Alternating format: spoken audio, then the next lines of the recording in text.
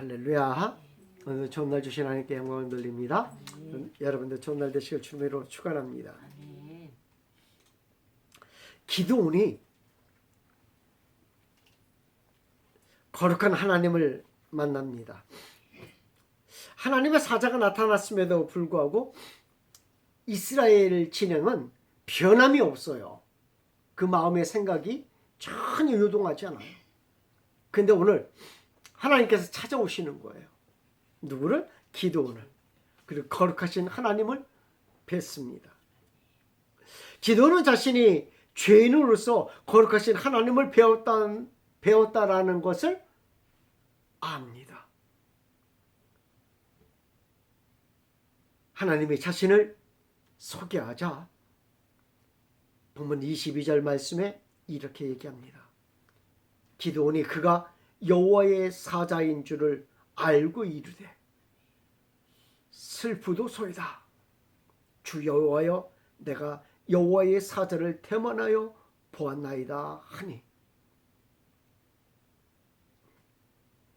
이 말 안에는 어떤 의미가 담겨져 있는 겁니까? 내가 죽겠다라는 거예요. 내가 죽겠다라는 거예요. 내가 죽는다는 사실을 안 거예요. 그래서 뭐라고 고백하는 거? 슬프도소이다. 슬프도소이다. 근데 오늘 기드온이 죽지 않고 뭐 하고 있는 거예요? 하나님을 대면하면서 예물을 드리고 있는 거예요.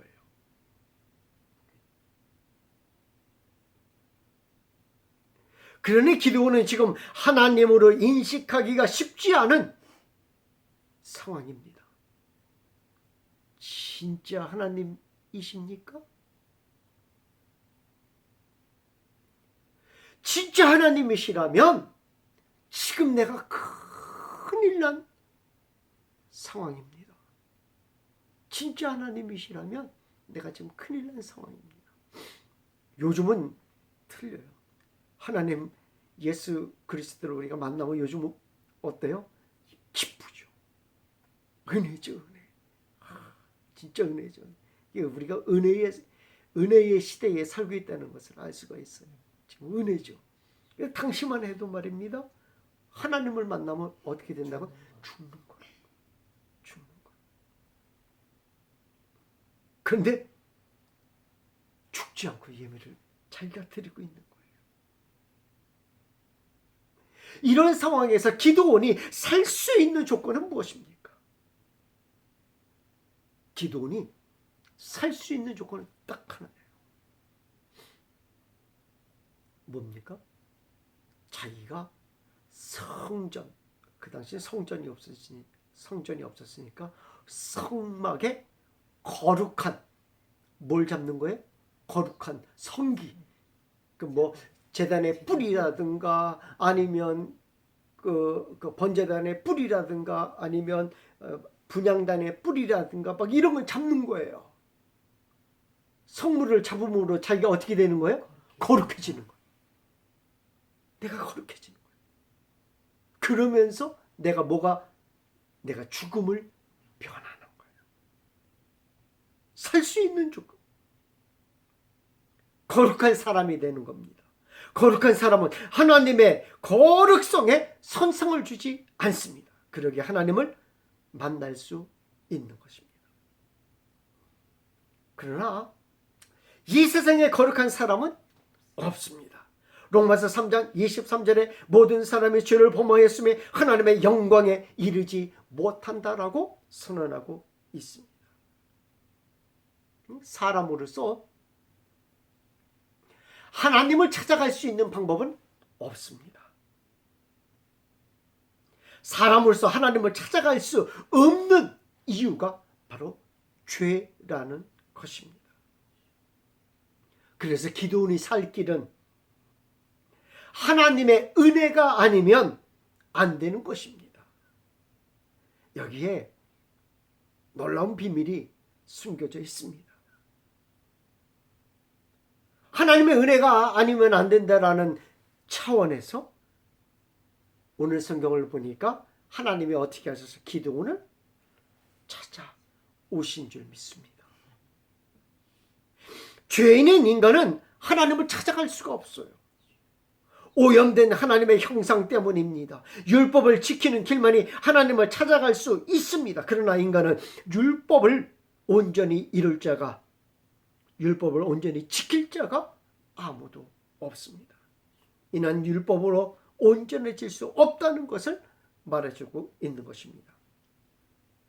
그래서 하나님이 찾아오셔야만 하나님을 만날 수 있다라는 것입니다. 이것이 은혜인 줄 믿습니다.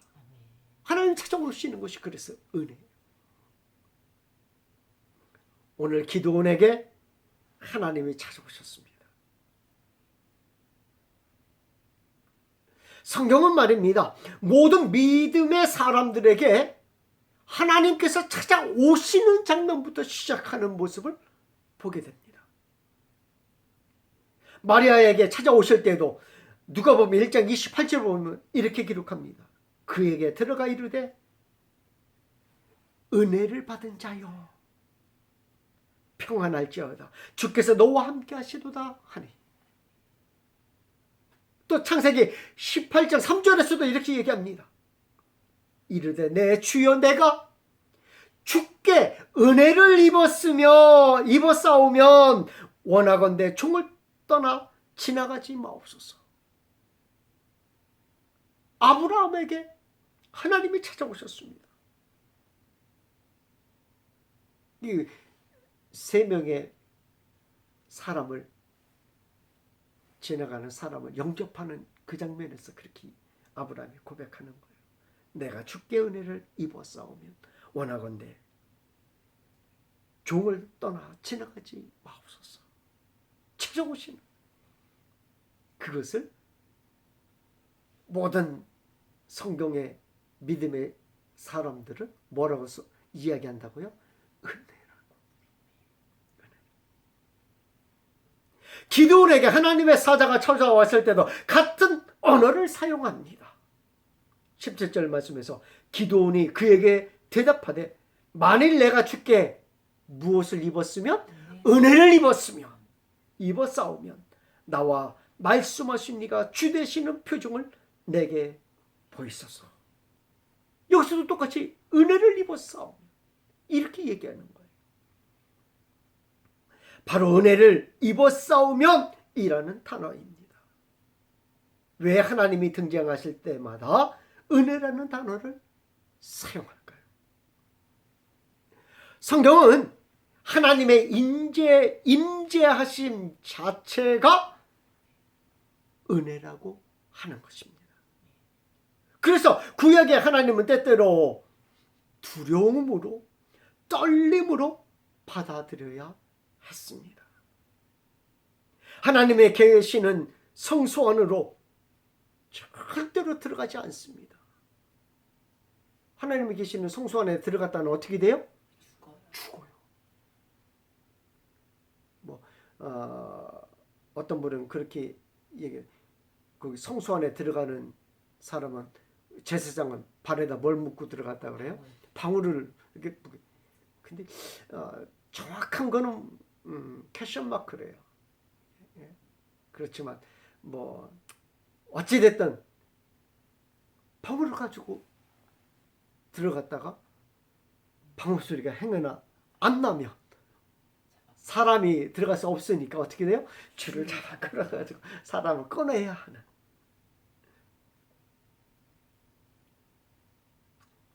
그래서 두려움과 떨림으로 하나님을 받아들이는 모습을 보게 됩니다. 그곳에는 하나님이 계신 곳이기 때문입니다. 하나님을 만나면 죽기 때문입니다. 시내산에서도 하나님이 임재하실 때 백성들은 이렇게 고백합니다. 우리가 죽겠나이다. 우리가 죽겠나이다.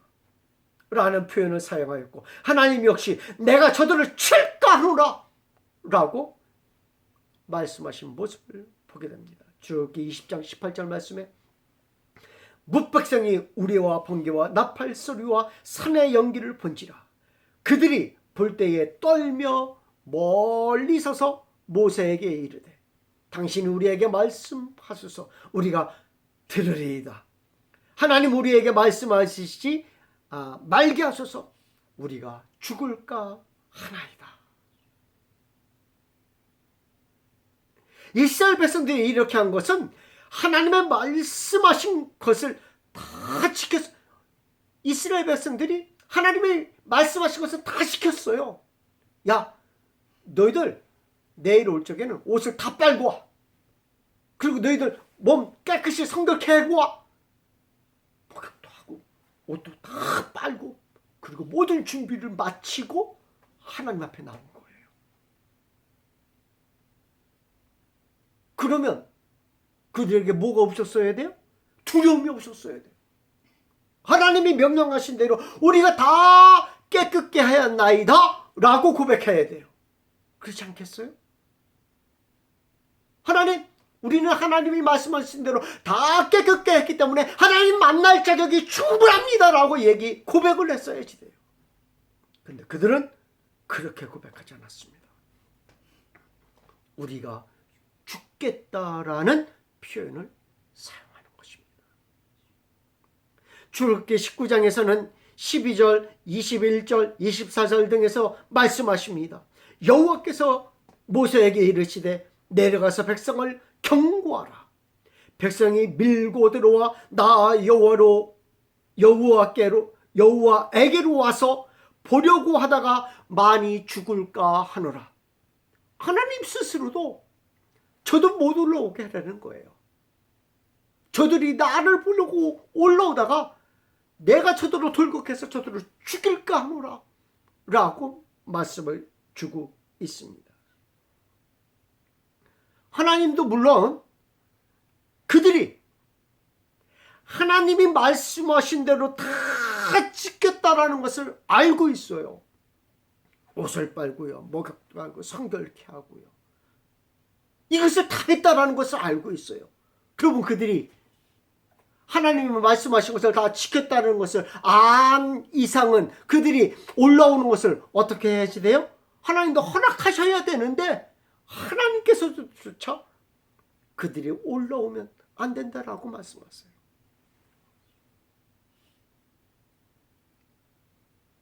그들에게 나타나실 때 경계의 말씀을 하신 것입니다. 이게 참 놀라워. 아무리 우리가 깨끗게 하려고 노력해도 하나님의 저울에 모자란다는 거예요. 하나님의 저울에는 모자란다는 거예요. 거룩해질 수가 없다라는 거예요. 깨끗해질 수 없다. 의인이 될 수 없다라는 거예요. 그래서 하나님만 우리에게 찾아오세요. 그래서 그것을 뭐라고 불러요? 은혜라고 불러요. 그런데 신약에서는 다릅니다. 역시 똑같은 방법으로 하나님이 우리를 찾아오셨지만 주님이 우리를 찾아오셔서 은혜를 베푸신 것까지는 동일합니다. 그러나 그 후 주님이 십자가에 달리신 후로는 완전히 양상이 바뀌게 됩니다. 전에는 우리가 찾을 수 없는 주님이었습니다. 전에는 주님을 찾으면 죽음밖에 없었습니다. 전에는 주님을 찾으면 우리의 죄악밖에 드러나지 않았습니다. 주님의 십자가의 죽으심으로 이제는 이렇게 바뀝니다. 성수의 휘장이 갈라지게 된 것입니다.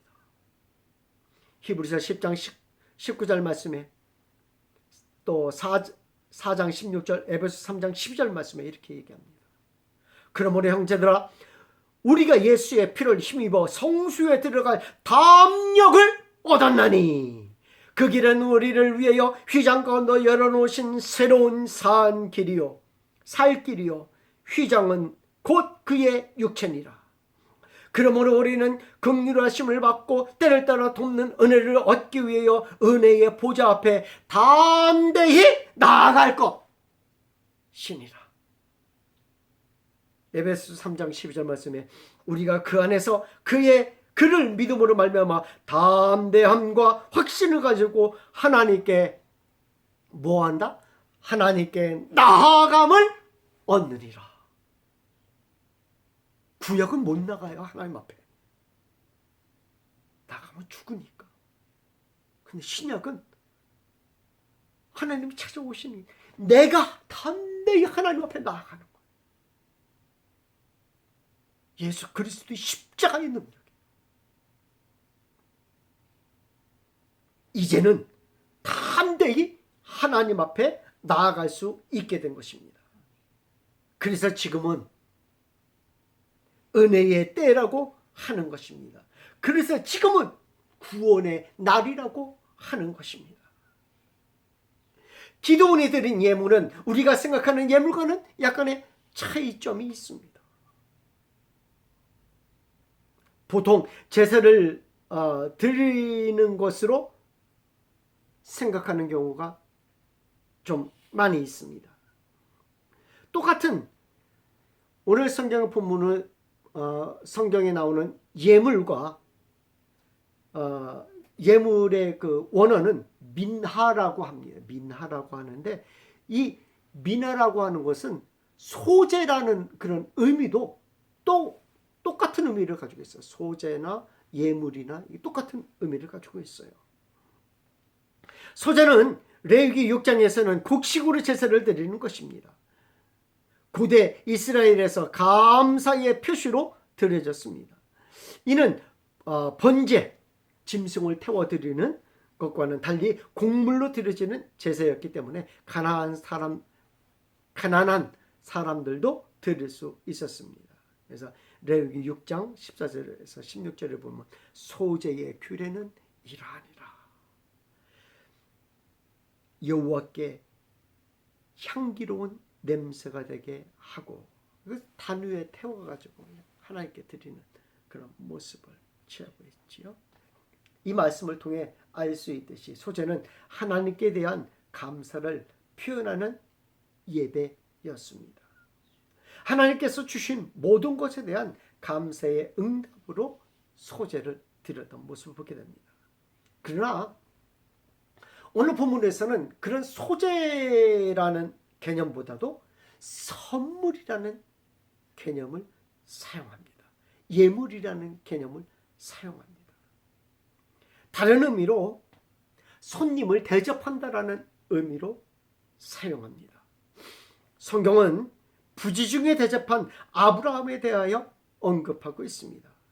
아브라함이 자신을 방문한 천사들을 대접한 것, 창세기 18장 3절에서 8절 말씀, 그 3절 말씀 보면 이르되 내 주여 내가 주께 은혜를 입어 싸우면 원하건대 종을 떠나 지나가지 마옵소서. 그 본문에서 아브라함은 본인이 은혜를 입은 자인지를 묻습니다. 그리고 음식을 대접합니다. 음식을 대접하는 하나님의 사자는 아브라함에게 또 은혜를 주시겠다라고 말씀하는 모습을 보게 됩니다. 창세기 18장 10절 말씀에 그가 이르시되 내년 이맘때 내가 반드시 내게로 돌아오리니 하나님께서 다시 한번 뭐 하신다는 거예요? 찾아오신다는 거예요. 그것은 은혜를 주겠다라는 말씀이지요. 내게로 돌아온다는 약속입니다. 이것은 은혜를 약속한 것입니다. 또 열왕기상 18장에서도 보면 사르밧 가부는 엘리야에게 남아있는 밀가루 한 줌으로 떡을 만들어 주었습니다. 사르밧 가부는 마지막 남은 가루와 기름이었습니다. 왜 하나님은 남은 것을 드리라고 했을까? 아무리 생각해도 풀리지 않는 숙제 중에 하나입니다. 나중에 하늘나라 가서 한번 하나님 왜 그거 나머지 그거 없으면 죽는 거 뻔히 하는데 왜 드리라고 했어요. 그걸 한번 물어봐야 되겠어요.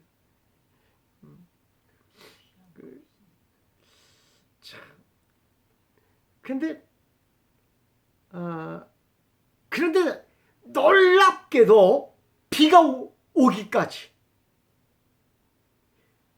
기름과 가루가 그 집에 떨어지지 않았다라고 성경은 말해주고 있습니다. 참 놀라운 일입니다. 또 야곱은 예물을 드리고 아버지로부터 축복을 받았습니다. 비록 하나님의 복이 아닌 땅의 복을 받았지만 당시의 문화에서도 예물이 주는 의미를 알 수 있는 것입니다. 기드온은 여호와의 사자에게 음식을 대접하는 장면입니다. 여호와의 사자가 등장하고 기드온에게 하나님의 말씀을 전달합니다. 큰 용사가 되어 미디안을 물리칠 것이라는 것입니다. 기드온은 하나님의 사자라면 예물을 드리겠으니 기다려달라고 합니다. 여호와의 사자가 수락합니다. 기드온은 얼른 가서 예물을 준비합니다. 기드온이 가서 염소새끼 하나를 준비하고 가루 한 에바로 무교병을 만들고 고기를 스쿠리에 담고 국을 양푼에 담아 상수리 나무 아래 그에게로 가져다가 드립니다. 여기에 많은 의미를 부여하고 싶지는 않습니다. 다만 그런데 기드온이 드린 것을 보면 아브라함이 드린 것과 별로 차이가 없어요. 차이가 있다면 기드온은 염소 새끼인 반면에 아브라함은 송아지를 드렸어요. 이 생활이 그 당시 너무나도 어려웠잖아요. 기드온은 모든 것을 다 빼앗긴 그런 상황이었고 아브라함은 그 대신 또 부자였던 그런 차이점이 있겠다라는 생각을 해봅니다. 그런데 가루는 똑같아요. 가루는 똑같아요. 오늘 한 에바라고 이야기해주고 있잖아요. 기드온은 한 에바고 아브라함도 똑같이 한 에바예요. 한 에바가 얼마큼인 줄 아세요? 한 20kg가량 된대요. 밀가루 한 20kg.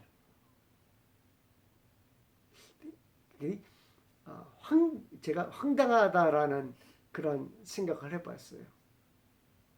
밀가루 20kg로 떡을 만들면 얼마큼 나올까?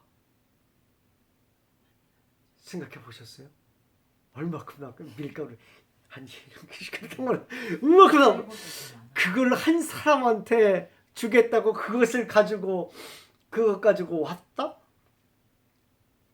한 사람이 다 먹지도 못할 텐데 참 많이도 준비했다라는 그런 생각을 해봐요. 굉장히 많이 준비한 거예요. 한 사람이 먹을 그 양식으로 치면 굉장히 많이 준비한 거예요. 근데 그 많은 것을 가지고 그렇게 만들어가지고 탁 하고 내놓는 거예요. 참, 그렇게 내놨는데 예물에는 반드시 하나님의 은혜가 임한다는 것입니다. 하나님이 은혜가 때로는 어떻게 임하는가? 때로는 복으로, 때로는 물질로, 때로는 아들 주시는 것으로 여러 가지로 임했던 모습을 보게 됩니다. 기도의 예물은 하나님이 기뻐 받으셨습니다. 드린 예물에 국을 붓습니다. 마치 이 장면을 보면서 엘리야의 기도 장면이 생각나는 거예요. 엘리야의 기도. 가져온 그 제단에 딱 붓잖아요. 어떻게 고를 판 그 고랑이 다 흘러 넘치도록 물을 붓는 그 모습을 생각해 봤어요. 근데 그 지팡이를 그 예물에 대자마자 바위에서 불이 나와서 그 드린 예물을 살랐다라고 성경은 말해주고 있습니다. 그리고 하나님의 사자는 사라지고 없어졌더라. 기드온에게 그 예물을 받으시고 하나님은 큰 용사가 되게 주셨다라는 사실입니다. 하나님의 은혜가 있기 전에 기드온은 죄인일 뿐입니다. 나무꾼에 불과했습니다. 이스라엘 지파 중에 제일 약한 므낫세 중에 막내 가문인 오므리 가문의 막내 아들, 제일 작은 자에 불과했습니다.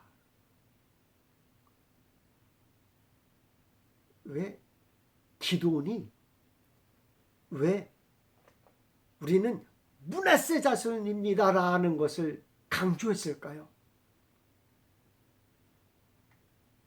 여러분, 거기에는 한 가지 비밀이 있어요. 뭐냐면 12지파 중에 가장 인구가 적어. 인구가 적어요. 누가? 므낫세 지파가.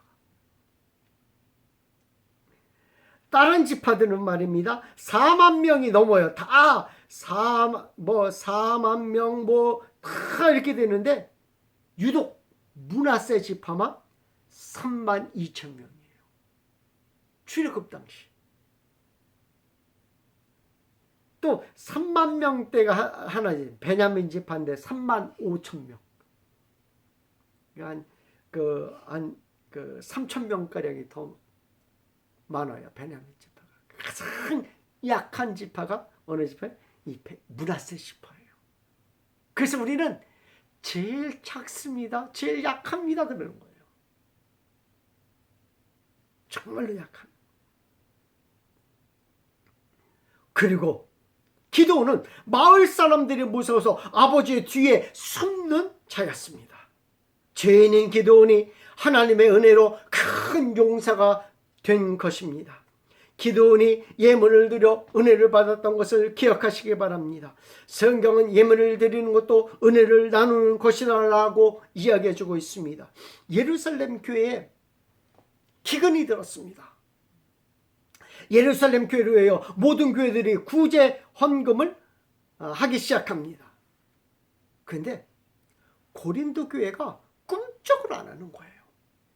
다른 에베소 교회나 데살로니가나 그다음에 골로새나 다른 교회들이 다 구제헌금을 해가지고 어려운 교회인 예루살렘 교회를 막 돌려고 하는데 어느 교회가? 고린도 교회가 꼼짝을 안 하는 거예요. 그래서 바울은 고린도 교회에 편지를 씁니다. 고린도후서 8장 7절 말씀이에요. 오직 너희는 믿음과 말과 지식과 모든 간절함과 우리를 사랑하는 이 모든 일에 풍성한 것 같이 이 은혜에도 풍성하게 할지입니다. 이 은혜, 이게 뭐예요? 헌금하는, 구제 헌금하는 일에도 요것도 뭐라고 얘기해 주고 있어요? 은혜라고 했어요. 바울이 고린도 교회에 헌금하라고 말한 이유는 무엇입니까? 예물이 하나님의 은혜의 통로가 되기에 은혜라고 한 거예요. 우리가 인도적인 차원에서의 도움의 손길이 있습니다. 이를 우리는 은혜라고 부르지 않습니다. 그렇죠? 그냥 돕는 거예요. 연말을 보면 많은 온정의 손길이 보입니다. 그렇다고 그것을 은혜라고 부르지를 않습니다. 왜? 그것은 하나님의 은혜의 통로가 아니기 때문입니다. 하나님의 은혜의 통로는 무엇을 통하여? 교회라는 곳을 통하여 전달되기 때문입니다. 그것을 은혜의 통로라고 부르는, 하나님이 움직이는 통로라고 부르는 거예요. 이 통로가 여러분 안에 충만하기를 주님의 이름으로 축원합니다. 그렇다면 우리는 은혜를 받았습니까? 은혜가 무엇인데 받았다고 합니까? 때로는 느낌, 눈물, 감동, 이러한 것들이 은혜입니까? 정확하게 얘기해서 하나님이 뭐 하시는 것? 찾아오시는 것. 하나님이 찾아오심으로 말미암아 뭐가 돼요? 감동이 되고, 하나님이 찾아오심으로 말미암아 뭐가 돼요? 눈물이 나고, 하나님이 찾아오심으로 말미암아 느낌이 생깁니다. 하나님이 죄인이고 부족하고 나약한 우리를 찾아오시는 것이 은혜라고 하는 겁니다. 오늘도 이 하나님의 은혜가 충만하시기를 주님의 이름으로 축원합니다. 기도하겠습니다. 하나님